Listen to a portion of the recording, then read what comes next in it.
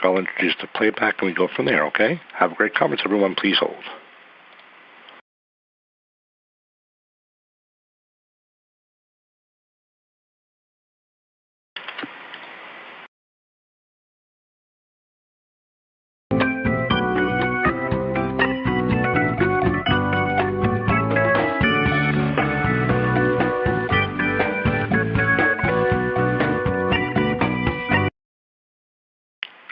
Greetings and welcome to the Jabil fourth quarter and fiscal year 2025 financial results and investor briefing. At this time, all participants are in listen-only mode. A question-and-answer session will follow the formal presentation. You may be placed into question queue at any time by pressing star 1 on your telephone keypad. As a reminder, this conference is being recorded. It's now my pleasure to introduce your host, Adam Berry. Please go ahead, sir. Good morning, and welcome to Jabil's fourth quarter and fiscal year 2025 earnings call. This is also Jabil's 8th annual investor briefing. I'm Adam Berry, Senior Vice President of Investor Relations and Corporate Affairs. This is an important day for us at Jabil, and we appreciate your continued interest in our company. Our investor briefing is always one of the highlights of our calendar. It's our opportunity to step back from the quarter-to-quarter rhythm and give you a deeper look at how we're shaping the business, how we're allocating capital, and how we're positioning Jabil for sustainable long-term growth. Before we dive in, I need to cover a quick but important point. Some of the information you'll hear during our discussion today will consist of forward-looking statements, including, without limitation, those regarding our financial guidance for the first quarter and fiscal year 2026, and our future business outlook. These statements involve risks and uncertainties that may cause actual results or trends to differ materially from our expectations. Jabil disclaims any intention or obligation to update or revise any forward-looking statements, whether as a result of new information, future events, or otherwise. Now, let me set the stage for what we'll cover today. You're going to hear from a number of our leaders across the organization, each of whom will bring their perspective on Jabil's performance, opportunities, and direction. We'll begin with Greg Hebard, our Chief Financial Officer, who will walk through our fiscal 2025 results and share the outlook for the first quarter of fiscal 2026. Greg will also frame how we think about the balance sheet, free cash flow, and capital allocation. Next, Steve Borges will cover regulated industries. This is a critical part of our business, encompassing healthcare, automotive and transportation, and renewable and energy infrastructure.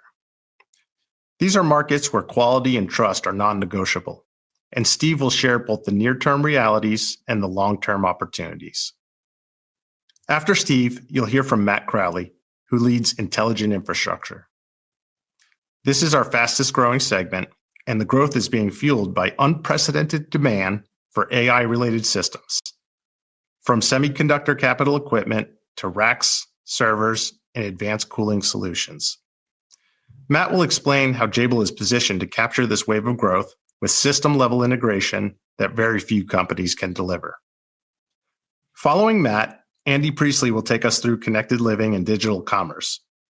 This is a segment in transition as we deliberately move away from lower-margin legacy consumer programs and strengthen our position in automation and advanced technologies. Andy will share how this pivot is improving the quality of earnings today and positioning Jabil for long-term opportunity in robotics, warehouse automation, and next-generation connected devices. Finally, we'll conclude with our CEO, Mike Dastoor, with help from EVP of Operations, Fred McCoy, and Chief Supply Chain and Procurement Officer, Frank Mackay. Mike and team will bring it all together by describing how our portfolio strategy, capital allocation discipline, and culture of execution position Jabil to thrive in an evolving market. You'll also hear from Mike about the priorities that guide us, serving our customers with precision, driving sustainable earnings growth, and returning significant value to shareholders. All in, we expect today to give you a clear, transparent picture of how Jabil is positioned, not just for fiscal 2026, but for the years ahead. With that, let's get started. It's my pleasure to introduce our Chief Financial Officer, Greg Hebard. Thank you, Adam. Good morning, everyone, and thank you for joining us. I'll begin this morning with our Q4 results.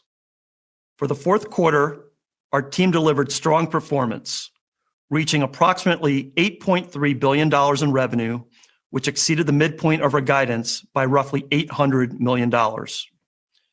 This better-than-expected growth was broad-based, as all three segments came in higher than anticipated.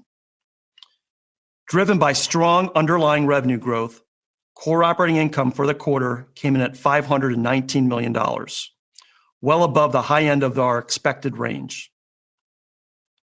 Our core operating margin was 6.3% of revenue, representing a 50 basis point improvement year over year. Net interest expense for Q4 was $65 million. On a GAAP basis, operating income totaled $337 million, and diluted earnings per share came in at $1.99. Core diluted earnings per share was $3.29. Moving on to our segment performance for Q4, Regulated Industries revenue was $3.1 billion, reflecting stronger than anticipated growth. Healthcare was in line, while renewable and energy infrastructure and automotive and transportation both exceeded expectations, supported by incentive-related demand pull forward and stronger volumes across core programs. On a year-over-year basis, revenue increased approximately 3%, and core operating margin expanded by 40 basis points to 6.5%, driven by a better mix.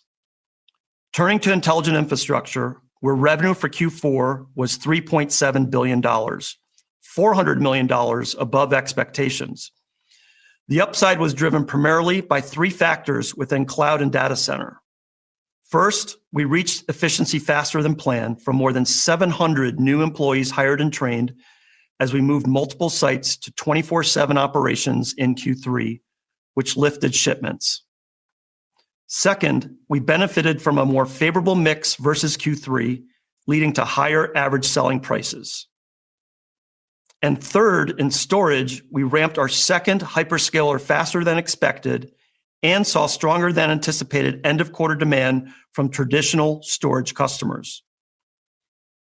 Core operating margin for the segment was 5.9%. In Connected Living and Digital Commerce, revenue totaled $1.4 billion, coming in slightly ahead of our outlook from 90 days ago.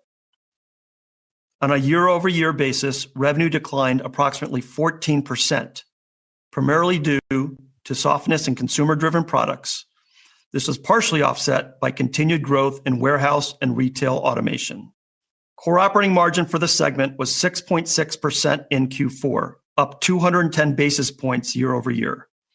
The increase reflects cost actions taken earlier in the year and a deliberate shift towards higher margin programs and markets within the segment. Let's move to our cash flow and balance sheet metrics.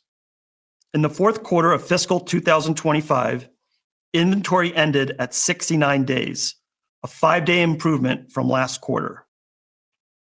Including inventory deposits, net inventory days were 55, down 4 days sequentially. This working capital discipline supported strong cash generation, with cash from operations of $588 million in the quarter and $1.64 billion for the year. Net CapEx expenditures were $83 million in Q4 and $322 million for the full year, or 1.1% of revenue.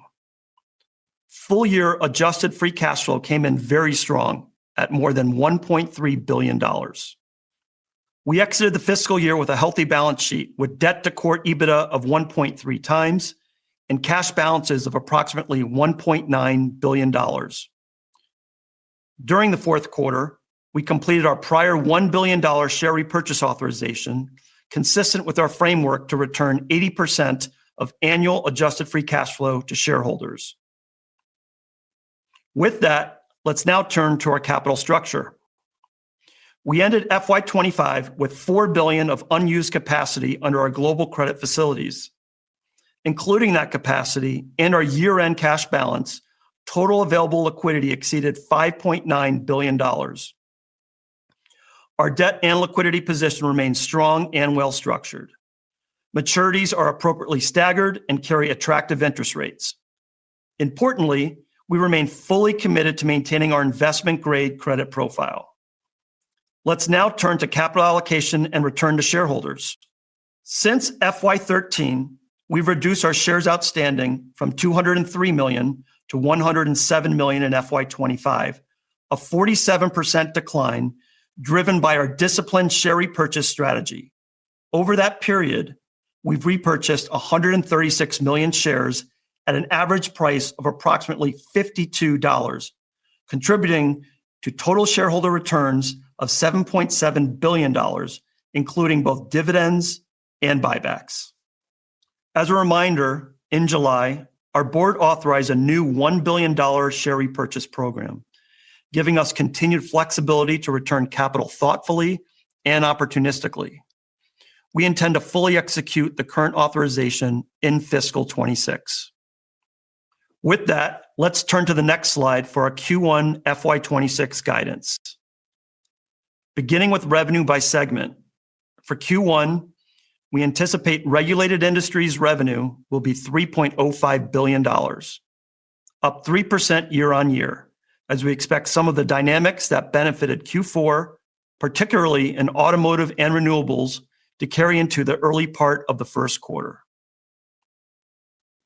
For our intelligent infrastructure segment, we expect strong growth to continue with revenue for the quarter to be $3.67 billion, up approximately 47% year over year. We expect this increase to be driven by sustained, broad-based AI-related growth in cloud, data center infrastructure, and capital equipment markets. In our connected living and digital commerce segment, revenues are expected to be $1.29 billion, down 16% year on year. This reflects continued softness in consumer-centric products, offset slightly by growth in warehouse and retail automation markets. It's important to note that some of the year-on-year decline is intentional, as we focus on strengthening the quality of the portfolio by exiting or pruning lower margin programs and remixing the segment toward more durable growth opportunities. Putting it all together at the enterprise level, total company revenue for Q1 is expected to be in the range of $7.7 billion to $8.3 billion. Core operating income for Q1 is estimated to be in the range of $400 million to $460 million. GAAP operating income is expected to be in the range of $263 million to $343 million. Core diluted earnings per share is estimated to be in the range of $2.47 to $2.87. GAAP diluted earnings per share is expected to be in the range of $1.27 to $1.84. Net interest expense for the fourth quarter is estimated to be approximately $64 million. And for the year, we expect to be in the range of $240 to $250 million. Our core tax rate for Q1 and for the year is expected to be 21%, consistent with FY25. In summary, turning to the next slide, FY25 was marked by disciplined execution. We sharpened the portfolio, improved business mix, delivered strong margins, and converted that execution into strong free cash flow. These results highlight the strength of our diversified model and the alignment of our business with secular growth drivers. We enter fiscal 26 well-positioned to continue delivering growth, margin expansion, and robust free cash flow. With that, I'll now turn the call over to Steve. Hello, I'm Steve Borges, and I lead Jabil's regulated industry segment. This segment spans three major areas: automotive and transportation, healthcare, and renewables and energy infrastructure. Each of these markets are undergoing significant transformation, and our engineering-led teams are deeply engaged in helping customers navigate that change with speed, precision, and a focus on long-term value. Let's start with automotive and transportation. This industry is emerging from a global market correction, and while near-term growth in battery electric vehicles has slowed, the long-term outlook remains strong. Regulatory shifts, changing incentives, and trade pressures, particularly around Chinese EVs and U.S. tariffs, are reshaping OEM strategies. Customers continue to design platforms that can be leveraged across their entire portfolio versus being specific to an EV, hybrid, or ICE vehicle. As such, and throughout the softness in automotive, Jabil continues to add new customers and vehicle-agnostic programs, helping to bring more stability to the business. We are leaning into technologies that will define the industry's future. Software-defined vehicles, advanced driver assistance systems, compute, and other powertrain-agnostic solutions are all growth areas. Jabil continues to bring differentiated value by our engineering-led engagements, as well as our strategic collaborations, like the one we announced recently with ABL, to co-develop designs and manufacturing solutions for the automotive and transportation market. Beyond specific collaborations, our automotive teams continue to strengthen partnerships through execution and capability expansion. That combination of technical know-how and trusted relationships positions us well as this market continues its transformation. Turning to healthcare, we see an equally dynamic environment shaped by innovation, demographics, and patient needs. Connected care continues to create new markets, enabling care delivery in ways that are more accessible and more personal. Personalized medicine is driving improved outcomes for chronic diseases, while new care settings from hospitals to the home are broadening opportunities for innovation. At the same time, healthcare companies face growing pressure to simplify their supply chains. This is where Jabil adds unique value. Our scale, quality systems, and engineering expertise allows us to provide comprehensive solutions that are difficult for others to replicate. Our acquisition of PII has brought us into the CDMO space, and our sterilization initiative is opening doors with new customers. We're also advancing our capabilities in minimally invasive devices, medical device reprocessing, and injectables, including GLP-1s and biologics, which remain a key area of focus. We remain committed to expanding our capabilities, whether through M&A or organic growth. We are unlocking new markets, creating more value for our customers, and further differentiating Jabil in a competitive landscape. In short, Jabil is helping healthcare innovators bring life-changing solutions to patients faster, more reliably, and at scale. Finally, in renewables and energy infrastructure, the macro picture is dynamic. Global electricity demand is projected to increase by as much as 70% by 2040, driven in large part by the growth of data centers and industrial use. Meanwhile, interest rates, tariffs, and policy changes are reshaping near-term demand in areas like solar and energy storage. Even with these shifts, we've been able to support our customers without disruption, including complex product transfers. Despite the headwinds, renewables remain the fastest growing and lowest cost source of new energy. Solar continues to be the largest driver of growth worldwide, while energy storage systems and grid modernization are increasingly critical to balancing supply and demand.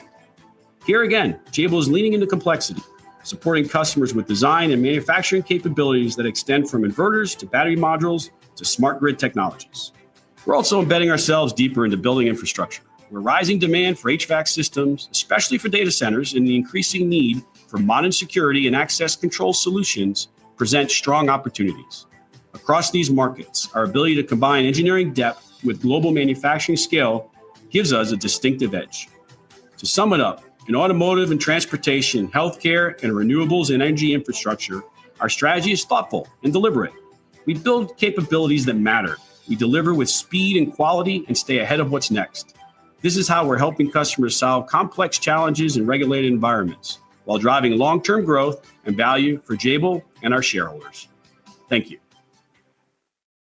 Good morning, everyone. For those of you I haven't met, my name is Matt Crowley, and I lead Jabil's intelligent infrastructure business. My team and I are focused on enabling growth across three key end markets that sit at the heart of today's technology transformation: capital equipment, cloud and data center infrastructure, and networking and communications. AI and advanced compute are driving one of the most profound infrastructure build-outs in decades. At the same time, our customers are demanding speed, resiliency, and cost efficiency in how they scale.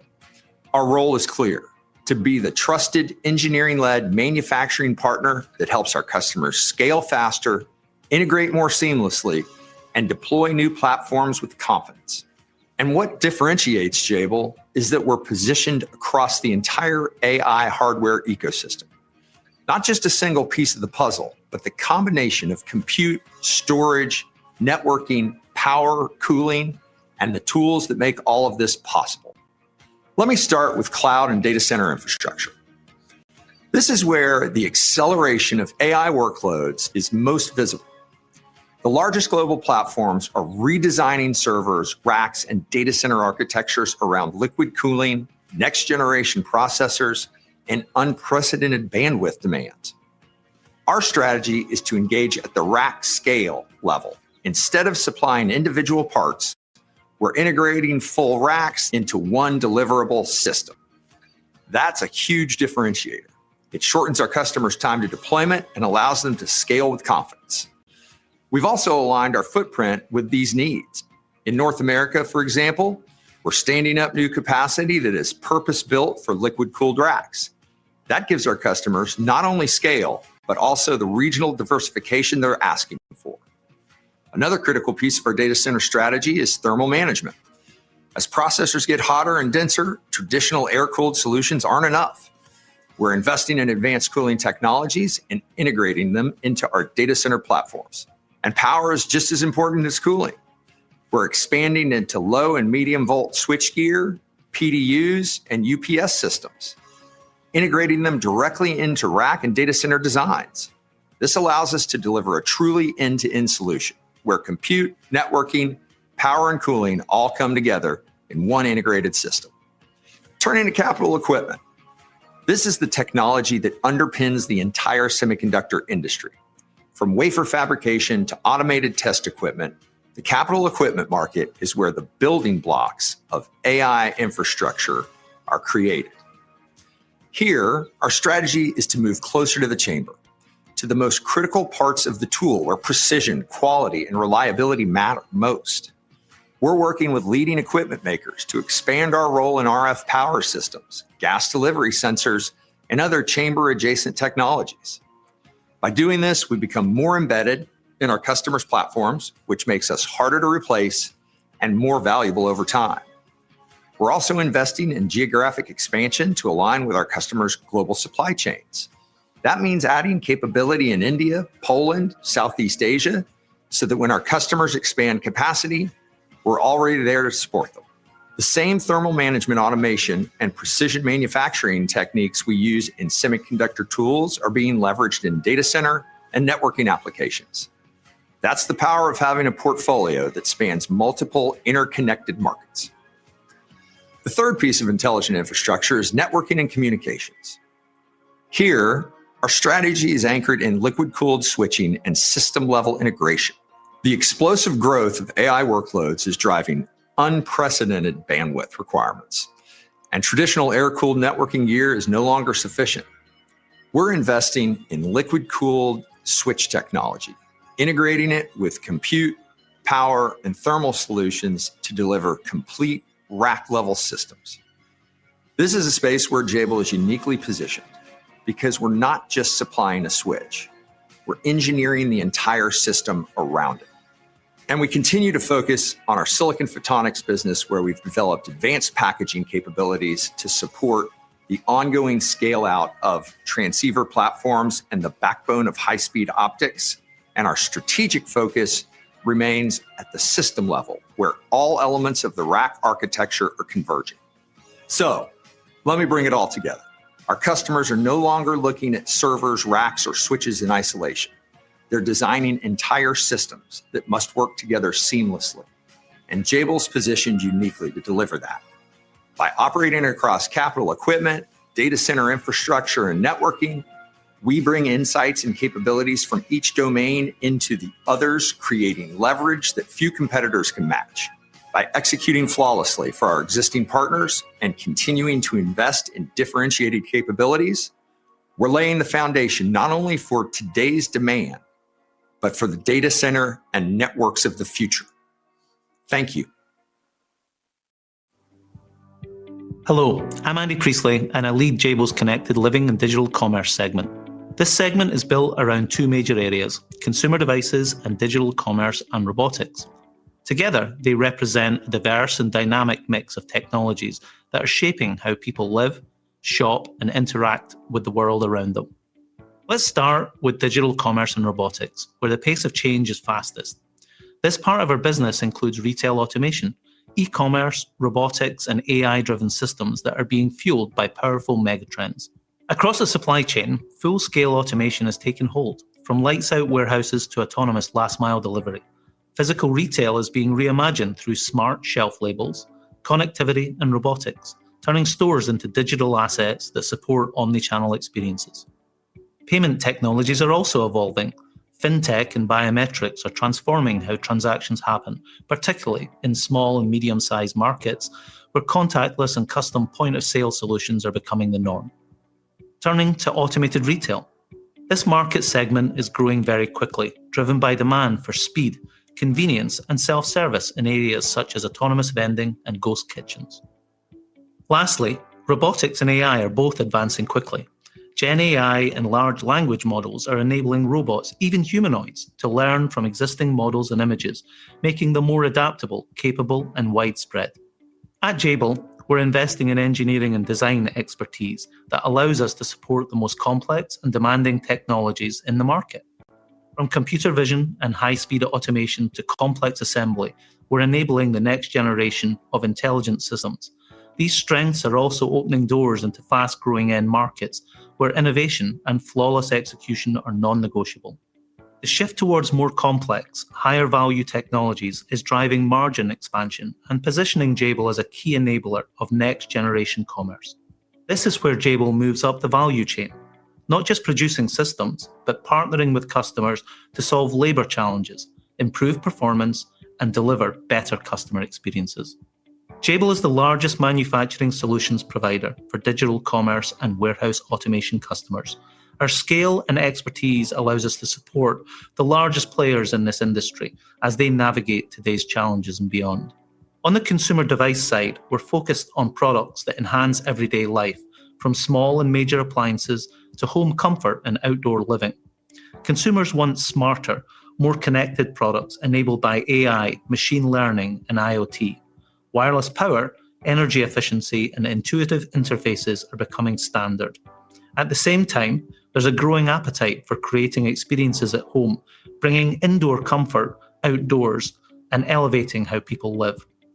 Safety and security is becoming a critical pillar of our future success. Our work in commercial drones and vision systems continues to support safer environments and a more enjoyable experience. We're extremely proud of the innovation happening in these areas. While segment revenues show a slight year-over-year decline, the underlying story reflects a thoughtful evolution towards more sophisticated technologies in digital commerce and robotics. Over time, we will concentrate our consumer device business in areas where our engineering depth provide margin accretive opportunities with premium brands.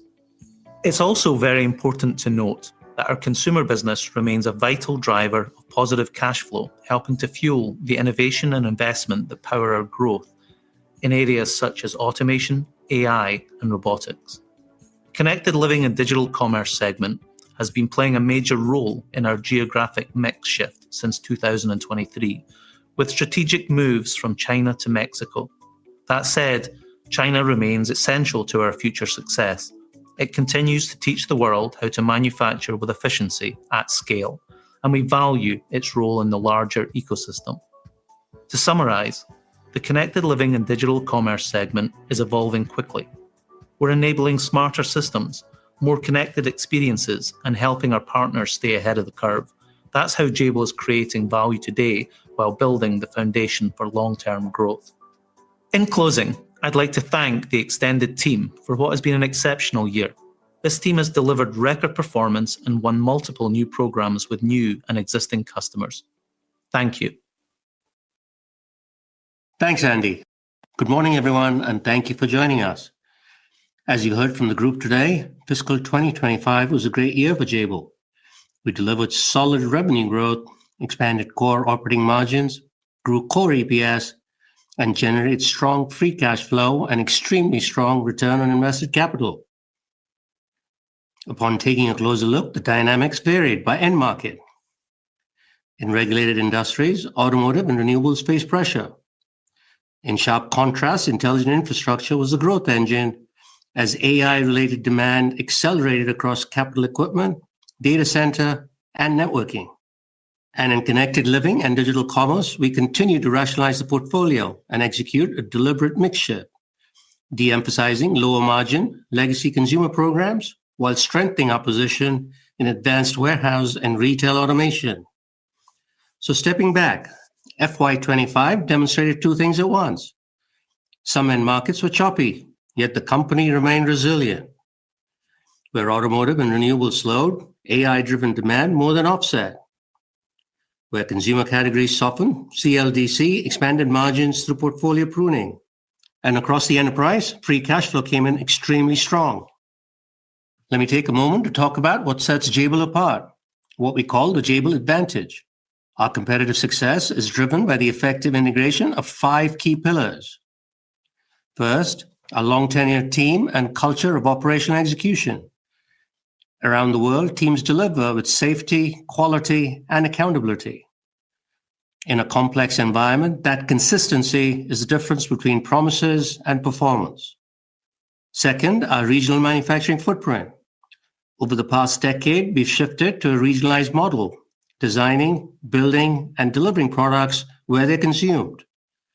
In today's environment of tariffs, policy shifts, and supply chain complexity, this is proving to be a clear competitive advantage. Our geographic mix is also transformed. In FY18, we were heavily weighted towards Asia. By FY25, our revenue profile is more balanced, resilient, and flexible. 2 factors drove the shift. The FY24 divestiture of our mobility business, which reduced concentration and freed resources for higher growth opportunities, and the rapid build-out of AI infrastructure in the US, which raised our Americas share of revenue from 25% in FY18 to 46% in FY25.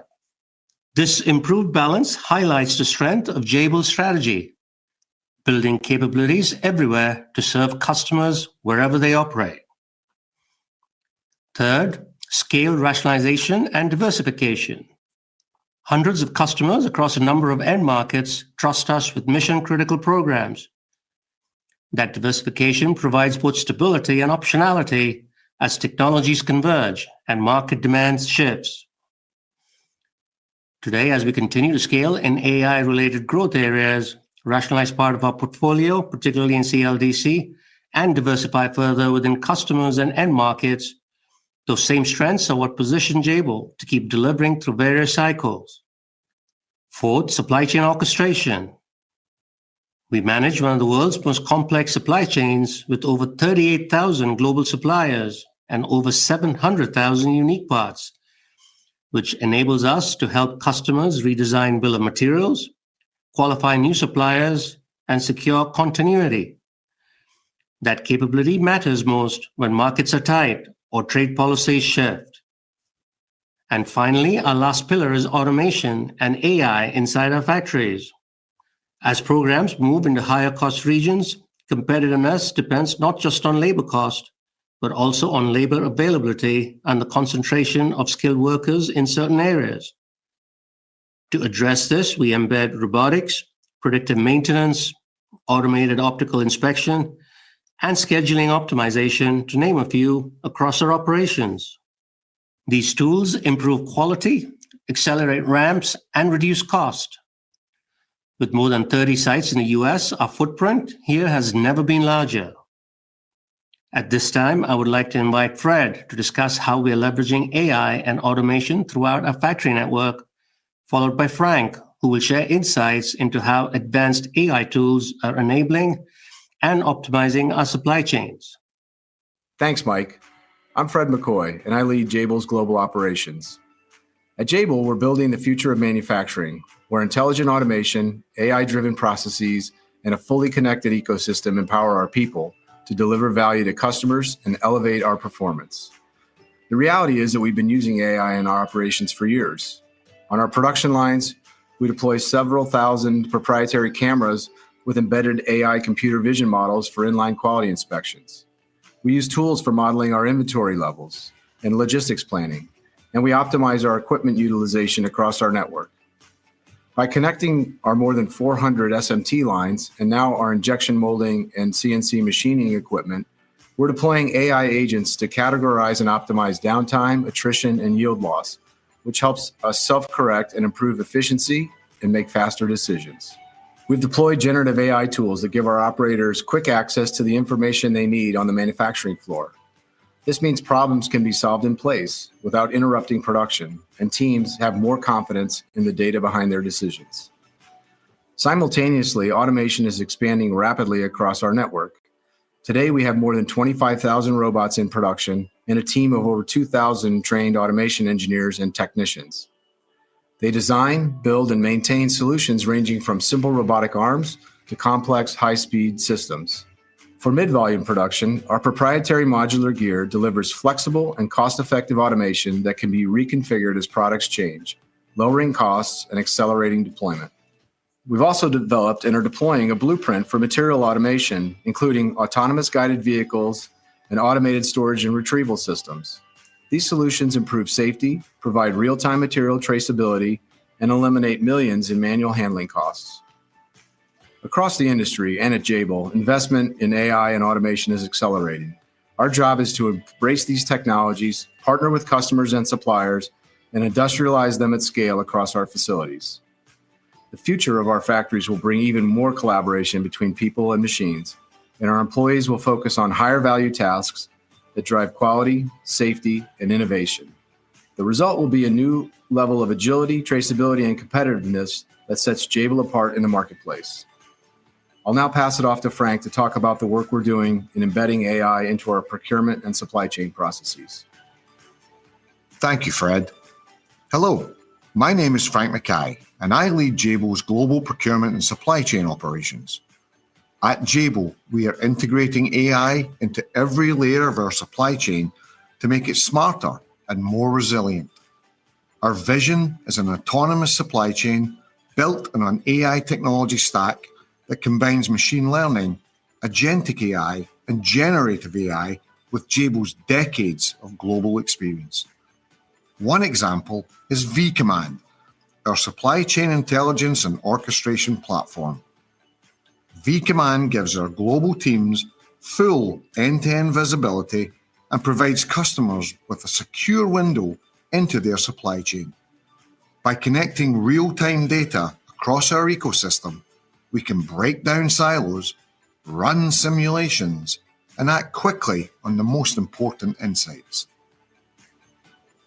AI-powered dashboards and intelligent alerts help us prioritize issues as they arise real-time, whether that means mitigating supply risk, tracking shipments, or improving freight performance.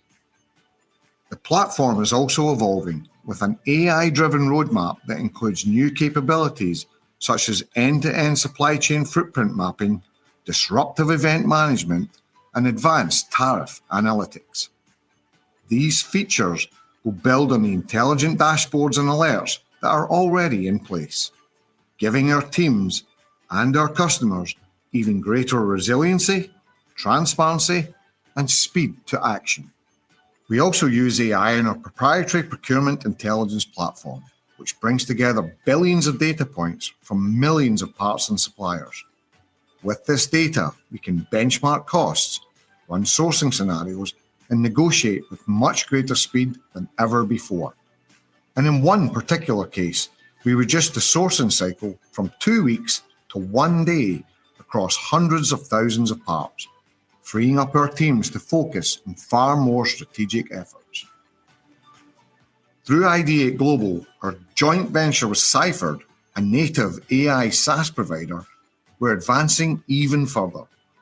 This platform combines Jabil supply chain expertise with Cypher's self-learning AI to autonomously manage multi-tier supply chains, respond to disruptions in real time, and deploy new applications in weeks rather than months.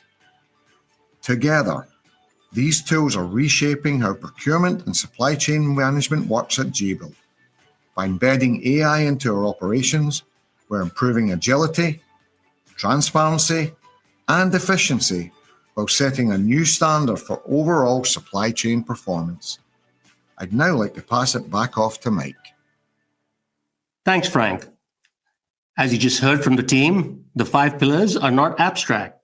They shape how we operate in highly regulated markets, how we capture AI growth in intelligent infrastructure, and how we're reshaping CLDC for margin and durability. With that, I'd now like to walk you through the dynamics across each of our segments for FY26. I'll begin with regulated industries. Think of regulated industries as the place where reliability, compliance, and quality are non-negotiable. The near-term picture is mixed, but the long-term themes are positive. I'll start with the headwinds are most visible in the short term. While EV adoption is strong in China, in both the US and Europe, demand is slowed. And intensifying competition among automakers is affecting customer market share and influencing technology strategies. These dynamics will weigh on FY26. As a result, we believe our auto and transport end market will decline by 5%. Even so, there is reason for optimism. The long-term trends remain promising as BEV still represents the fastest growing powertrain. This, in addition to the adoption of software-defined vehicles and ADAS, is increasing the content per vehicle. The team is deeply embedded with leading OEMs on the technologies that are expected to define the industry's future. Compute modules, advanced driver assistance systems, and other powertrain agnostic solutions are all growth areas as we support our customers' next generation vehicles. And in renewables and energy infrastructure, over the last 2 years, we have helped customers rebalance portfolios, localize supply chains, and diversify across commercial and residential projects. These actions improve resilience now and position us for upside as economics, interest rates, and demand improve. Said differently, we have done the blocking and tackling to be ready when demand improves. By contrast, we believe healthcare outsourcing is entering a growth phase. Growth in FY26 is expected to be led by drug delivery systems, including GLP-1 auto-injectors and on-body monitoring, such as continuous glucose monitors. Although these programs have long incubation lead times, they're sticky for customers, valuable for patients, and margin accretive for Jabil. It's worth noting, healthcare, with a healthy pipeline of new business awarded, is expected to be an important contributor to our path towards 6% core operating margins.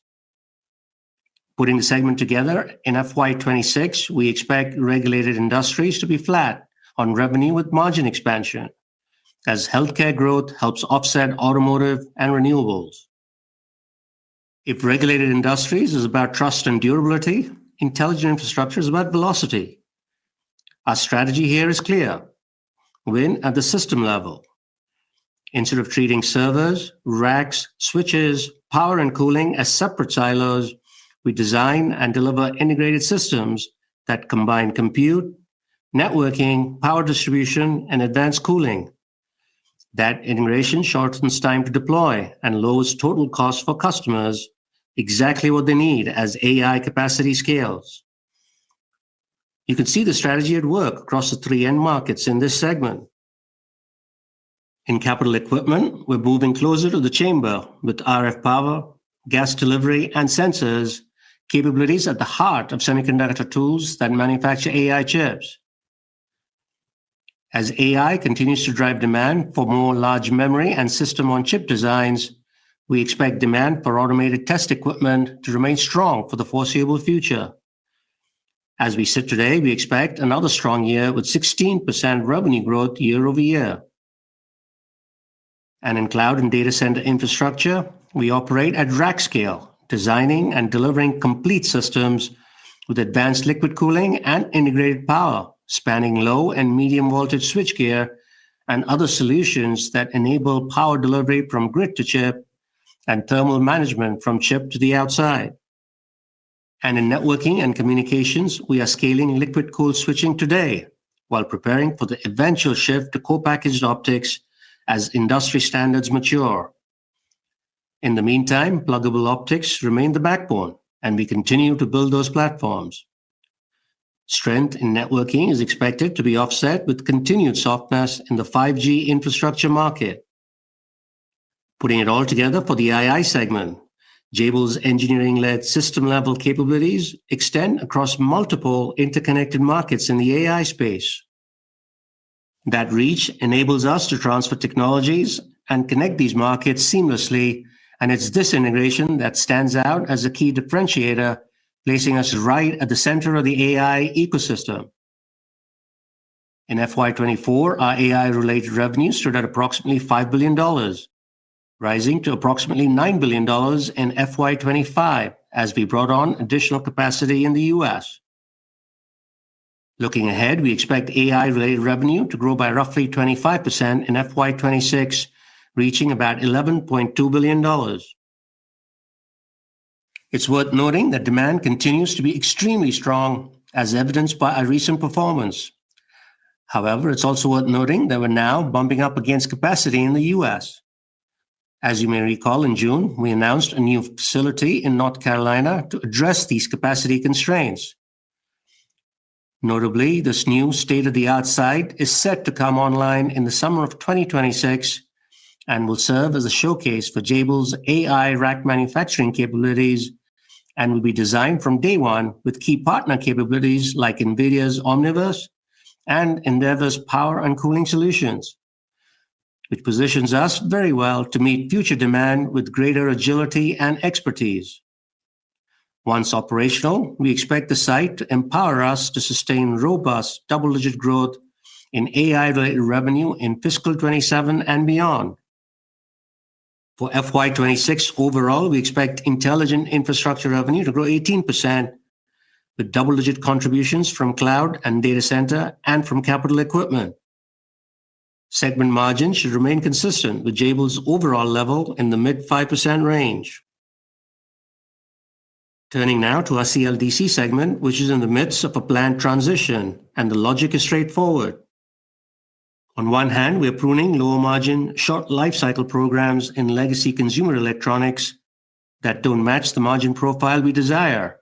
On the other hand, we're investing where growth and margin are stronger, like in digital commerce, where automation has become essential for customers to accelerate the delivery of products to and from fulfillment centers and physical stores.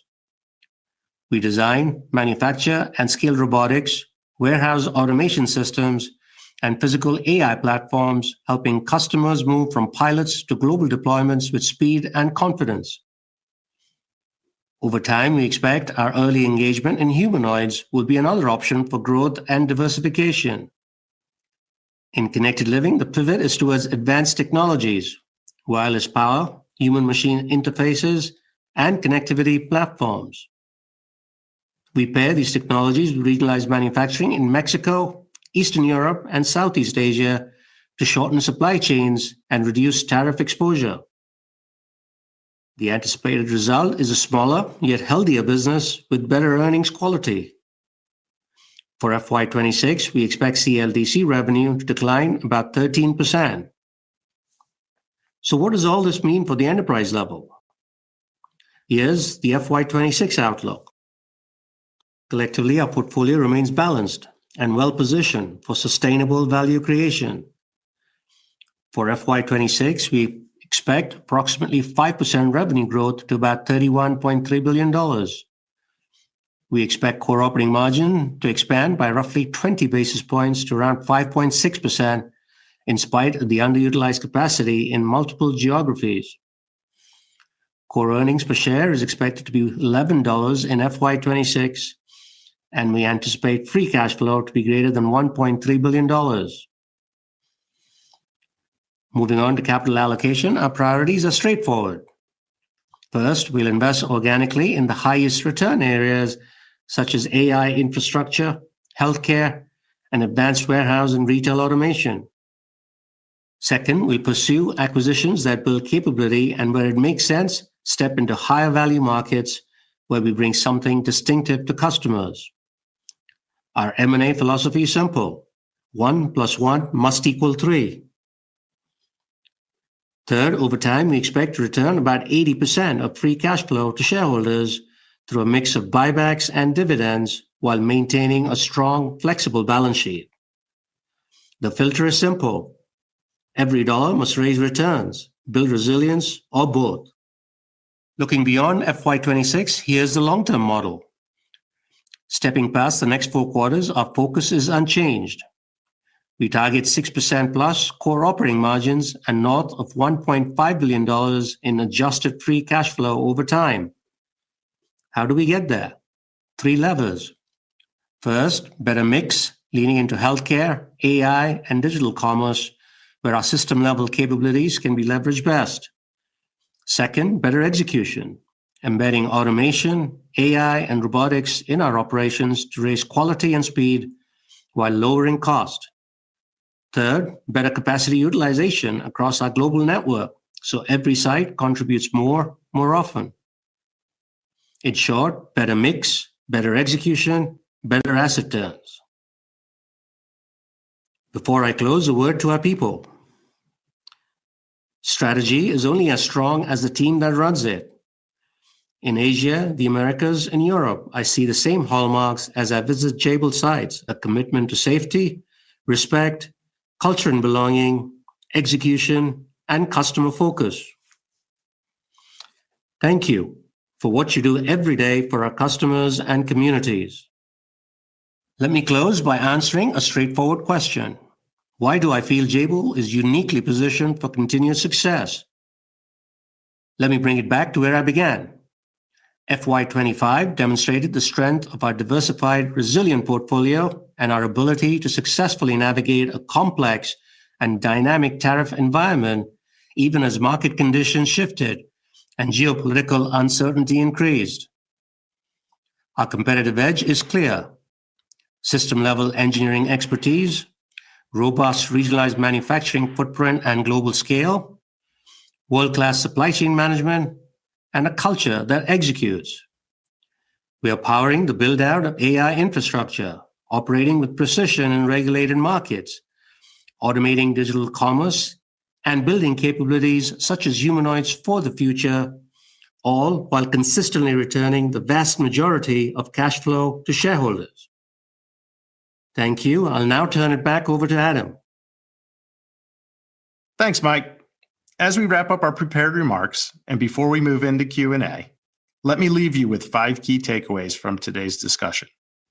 First, fiscal 2025, we believe, proved out the strength of Jabil's diversified model. Second, regulated industries highlights both resilience and long-term opportunity. Third, intelligent infrastructure continues to be our growth engine. Fourth, our deliberate portfolio shift in connected living and digital commerce is paying off. And fifth, capital allocation remains disciplined and consistent. On behalf of the entire leadership team, thank you for spending the time with us today. We appreciate your engagement, your feedback, and your continued interest in Jabil. With that, let's open it up for questions. Operator, we're now ready for Q&A. Thank you. We'll now be conducting a question and answer session. If you'd like to be placed into question queue, please press star 1 on your telephone keypad. A confirmation tone will indicate your line is in the question queue. You may press star 2 if you'd like to move your question from the queue. For participants using speaker equipment, it may be necessary to pick up your handset before pressing the star keys. One moment, please, while we poll for questions. Our first question is coming from Ruplu Bhattacharya from Bank of America. Your line is now live. Hi, thanks for taking my questions. I want to start with AI. Can you give us some more details on which of the 3 areas you see more growth? Is it in core rack manufacturing or in optical transceivers or in switching? Where do you see Jabil outpacing market growth? And there's some investor concern that Jabil could be losing some share in data center and AI. Can you talk about any share shifts that are happening, and how do you see margins in this segment? Hey, Ruplu, this is Matt. Thanks for the question. So first, I would just start with, Mike mentioned it in his prepared remarks, but we're growing 25% in our AI revenue year on year. So going from $9 to $11.2 billion. And when you think about the base that we built up in 25, we're really pleased with that business and where it's going. Now, across the 3 sectors, we're growing pretty well in each one. In capital equipment, we'll maintain our positions with the right customers that we have. We'll also add capabilities that get us closer to the chamber, which will help us defend our positions that we have that exist and also go get new business. In the cloud and data center infrastructure, that's probably where we see the most position to take share. So if you think about our data center infrastructure business, that will grow triple digits where we build electrical switchgear, et cetera. And our cloud business will continue to grow. So we feel really good about where that's headed. And while in the networking and comm space, our communications business is offsetting the networking growth, we're going to grow at roughly 25% in networking. So across the board, we feel good about the share that we're taking. We actually don't see any share loss. We feel like we're gaining share, especially in the data center infrastructure business. So we feel good across the board about where our AI revenue trajectory is headed. Okay, thanks for that, Matt. Maybe I'll switch to healthcare. So it looks like from your fiscal 26 guide, you're guiding to the low end of mid-single digit growth. Can you talk about where you see growth? Is it in devices, equipment, or drug delivery? And specifically, is the Croatia facility, seems like it's getting delayed in terms of getting populated. How do you see the impact to margins of that in fiscal 26? And then how should we think about margins beyond that? Hey, Ruplu, Steve here. Thanks for the question. So to answer your question, first let me go back to my comments this time last year, and then I'll give you the go-forward perspective. First, I mentioned last year at this time the overall med device market is growing roughly 3 to 4%. And on that call, I said my expectation was we would return to growth in fiscal year 26, driven by our past wins in the areas that Mike mentioned in his opening remarks, GLP and biologics growing. And getting into production. And that's continued as planned, most especially to answer your question on Croatia. In Croatia is on track as planned. There has been no changes. There are no delays. So that's moving forward as we anticipated. In addition, this year, your question about new wins. In addition, I'd say that we have quite a few new wins. They're in the areas of med devices, CGMs, and general auto injector growth. That's driven not just by GLP-1s, though, but by biologics. And I've mentioned in prior calls the growth that we're seeing in the pharma segment as it relates to biologics and the need for injectors to support that. And as a matter of fact, we recently added a new win for our Dominican Republic site that's going to leverage our new sterilization capability, which we recently invested in. But as we've talked about before, these ramps, due to automation, lead times, regulatory validation requirements will take some time to ramp. But those are some really, really good new wins for us. And I'd say in addition, we sit today with our largest funnel of V2Vs, which is obviously not forecasted, but could create some opportunities this fiscal year, depending on timing. And then I'd say, last but not least, in our video, we mentioned the PII transaction, and it is on track. And we're excited that the team has already added a new customer, and we have many visits planned now that the integration is complete. So to summarize a very long answer, is what I'm trying to say is that with our new wins, even from last year and the ones this year, that I expect growth rate in healthcare to be at or above the 5% range going forward. Hey, Ruplu, if I could just add, I think your question around Croatia in FY26, Croatia was never meant to be an FY26 event. It was always an FY27, almost second half of FY27 event. And that's completely planned, and that is exactly how it's turning out. So absolutely no delays, as Steve mentioned. Okay, thanks for the details there, Steve and Mike. I'm going to try and sneak one more in. Mike, looks like you met with Indian Prime Minister Shri Narendra Modi. Can you talk about how the meeting went? And can you give us specifically your thoughts on investing in the U.S. versus in India? Because there are different tariff rates. How do you prioritize those two regions in terms of investment? Thank you, Ruplu. Very positive meeting, very pro-business. I think the pro-investment sort of atmosphere there is very pleasing to see.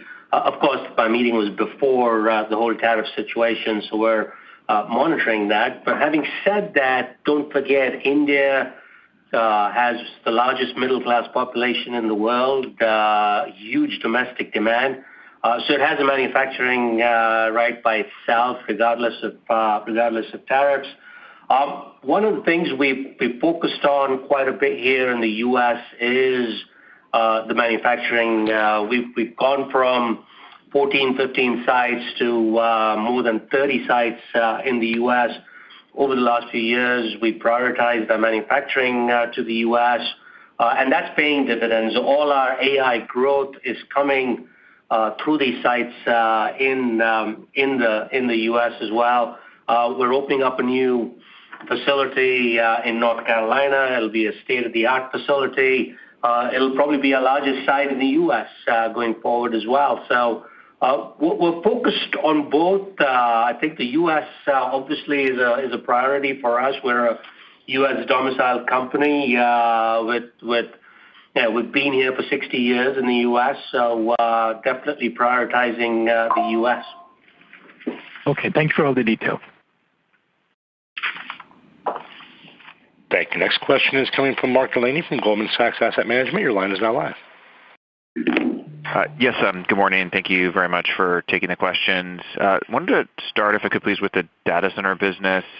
Can you help us better understand how Jabil is managing its capacity in order to meet the demand in the data center related products, both in the first quarter and also this fiscal year? And I asked because you've commented that some of your sites are running 24/7 and have been at peak levels. So what are you doing in order to meet that demand, and what does that mean for the shape of growth this year?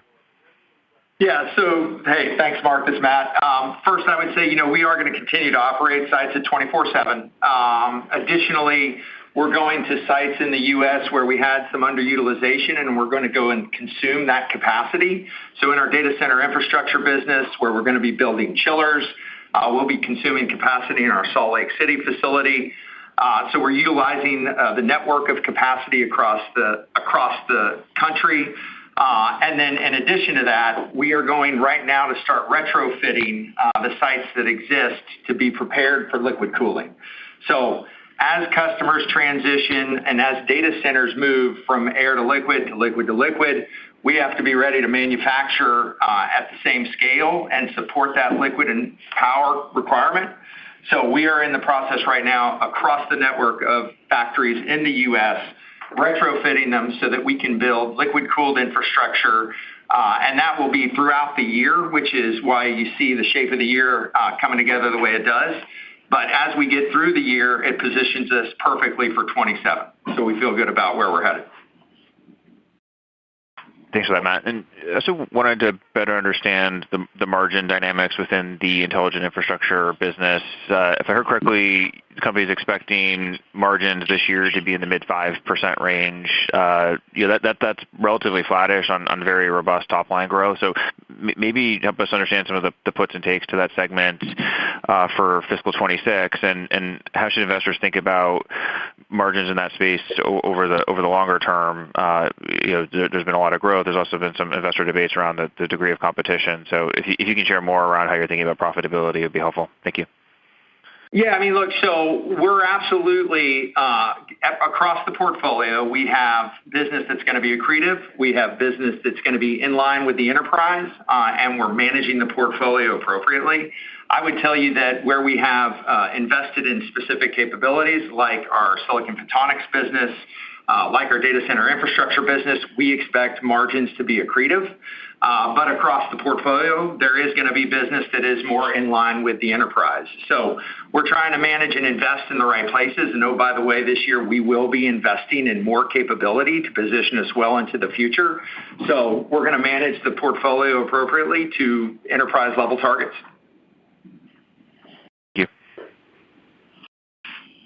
Thank you. Next question is coming from Stephen Fox from Fox Advisors. Your line is now live. Hi, good morning, everyone. Had a couple questions. I guess first off, could you guys unpack the growth of the operating margin guidance for the new fiscal year?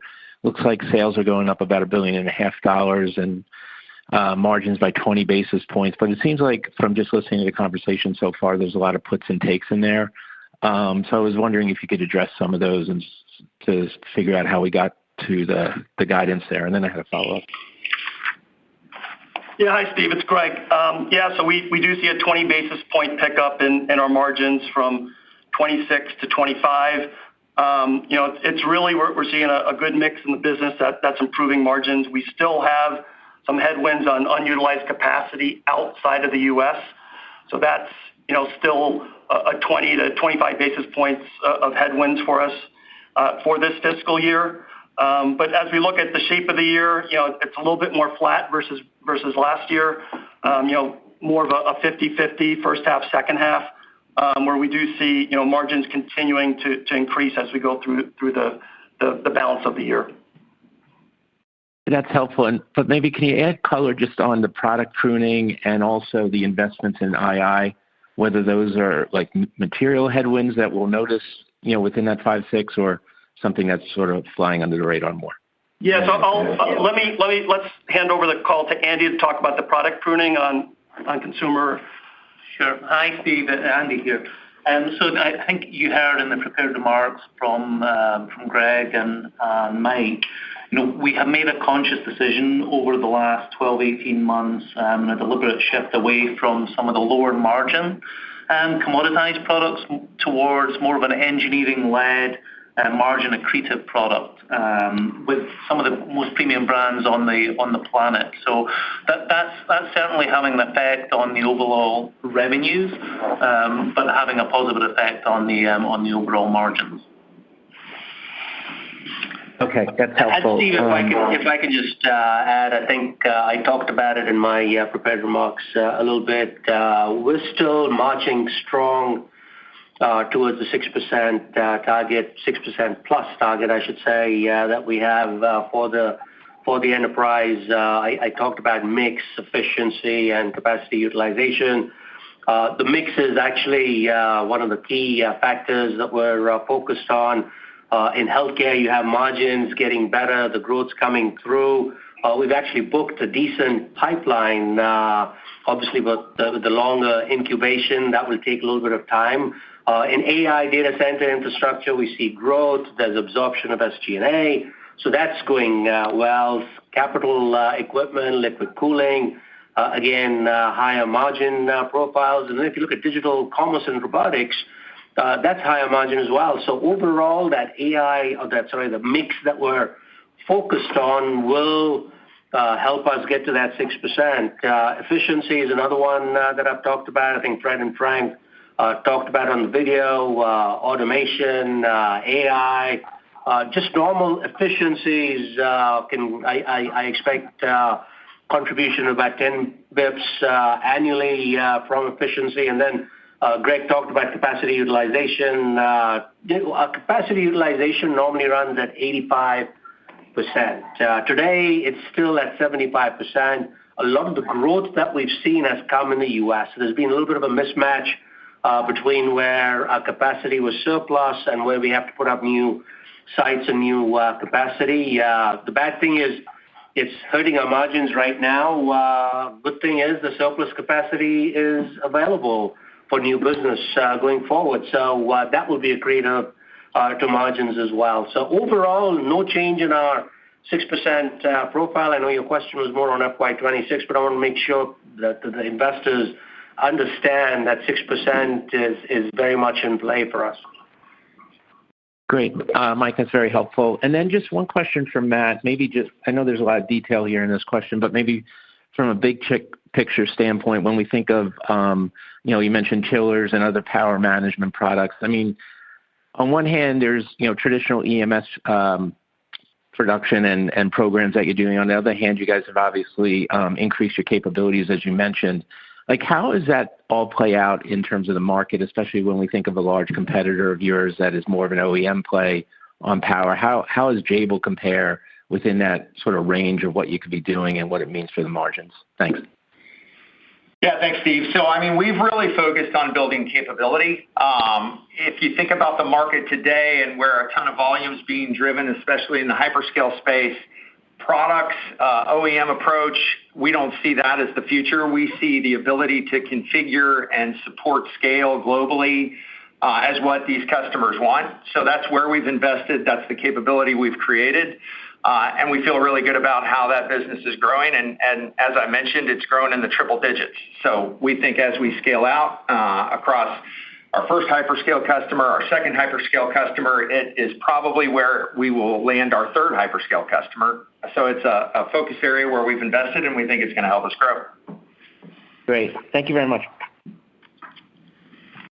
Thank you. Next question is coming from Melissa Fairbanks from Raymond James. Your line is now live. Hey guys, thanks so much. I wanted to start off with a question for Steve. This may not be a fair question because it all just kind of materialized overnight, but I'm curious about any trends that you're seeing with some of your healthcare customers related to the latest Section 232 issues. I know there hasn't been much time to digest, and from what I understand, it was kind of unexpected. I'd expect that most of your programs, like in Mexico, are MCA compliant, but I'm just wondering if you've seen any changes in customer behavior given the possibility of more tariffs, or if this might just be a net neutral impact to your customer plans.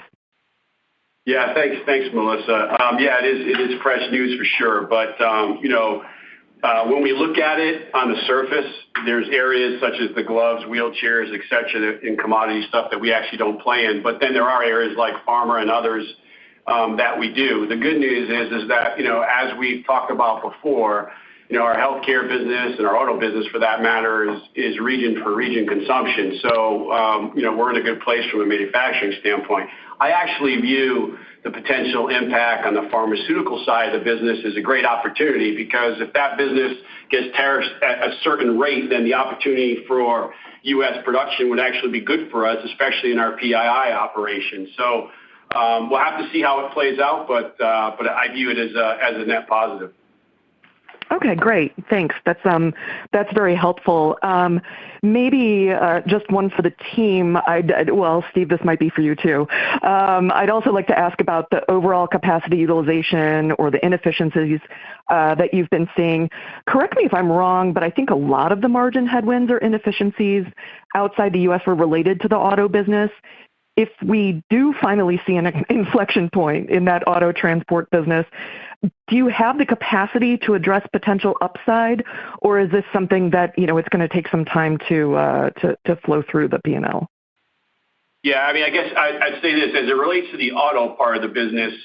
We have capacity in place to be able to support upsides. Now, as you can tell by our numbers, we're not predicting in this fiscal year to see growth, and I can certainly talk to you a little bit about that in terms of the why. But going forward, we do see growth coming back, especially, with the advent of software-defined vehicle architecture becoming stronger into the vehicle, which is adding more electronic content. So, I do see growth down the road, and that'll fill that capacity. So we're in a good place as it relates to that for auto. Okay, great. And maybe just sneak in one more. The new North Carolina facility that's coming on mid next year. I'm wondering what the expectations are to get that facility fully loaded, in terms of timeline. It kind of seems as like it might be more of what you're already doing. So, maybe the demand is already there to support it right off. Maybe for Greg, what should we expect in terms of either the margin profile of that facility, revenue contribution, toward late next year into fiscal 27, and even expectations for the depreciation expense? Hey, Melissa, this is Matt. Let me take part of that, and I can hand the depreciation expense back to Greg. But okay. so we are expecting, number one, we do have plenty of demand, so we feel good about getting the site filled. Now, the site will be ready in the back half of the second half, so we don't expect for it to get to be fully loaded until probably middle of 27 as we ramp and bring on new customers. Okay. It's going to be 500, it'll be a 500 square foot facility. It's going to have 12 megawatts piped in to start. We'll move to 25 over 18 months. And then over the next 3 years, it'll get to 80 megawatts. So as we grow and as we fill up the facility, clearly there will be a different revenue profile of what that facility will generate over time. But we feel really good about it. There is plenty of demand. And as I mentioned, the fact of the matter is that we are bumping up against capacity. So as soon as that comes on, we feel good about starting to get it filled up. I don't think you're going to see a big hit, a big impact in 26. It will make a significant contribution in 27. Okay, perfect. Hey, Melissa, and just on the investment side of that, the North Carolina investment will be mostly in 26 from a CapEx perspective. We see that in the range of 75 to 100 million, and that will absolutely be in our range of CapEx overall, which is in that 1.5% to 2% of CapEx to revenue. And as you can see from our numbers we printed in 25, we've been on the low end of CapEx, 1.1 in 25. So we still feel really comfortable in the overall investment that Jabil's doing and from a CapEx point of view. Okay. Great. Very helpful. Thanks so much, guys. Thank you. Next question today is coming from David Vogt from UBS. Your line is now live. Hi, this is Brian on for David. Thanks for taking the question.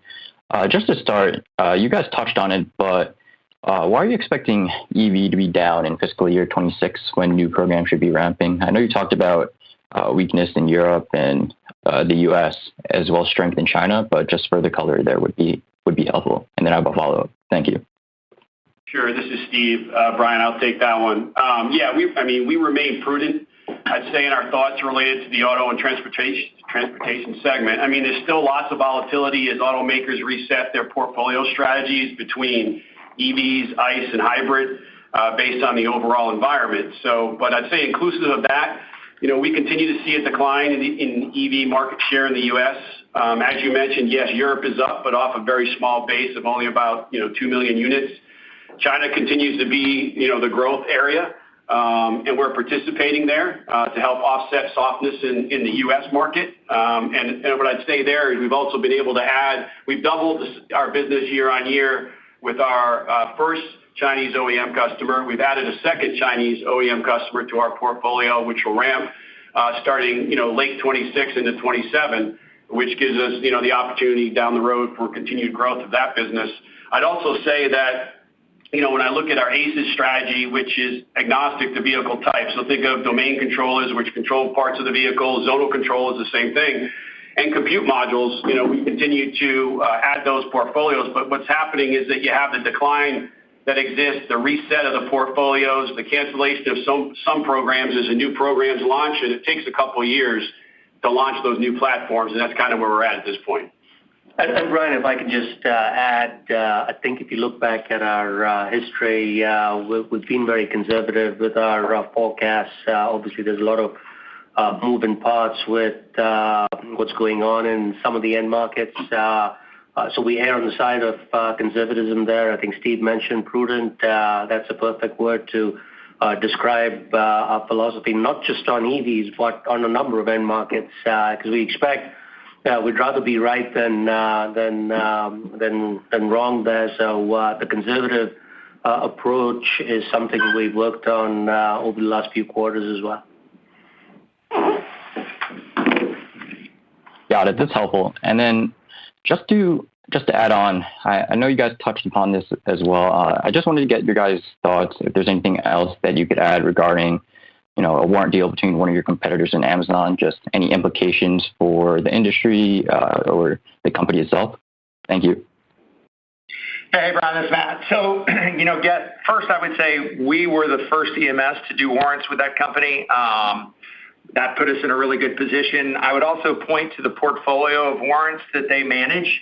It is not complementary, it's redundant. So it makes sense that they would go and acquire other similar like companies from a warrant portfolio perspective. And again, the demand is just so great that having backup agreements makes sense. So from our perspective, we were the first to do it in the EMS space. It's going to be a benefit to us. We have very little to no concern over the fact that they would do it with a competitor because we expected them to.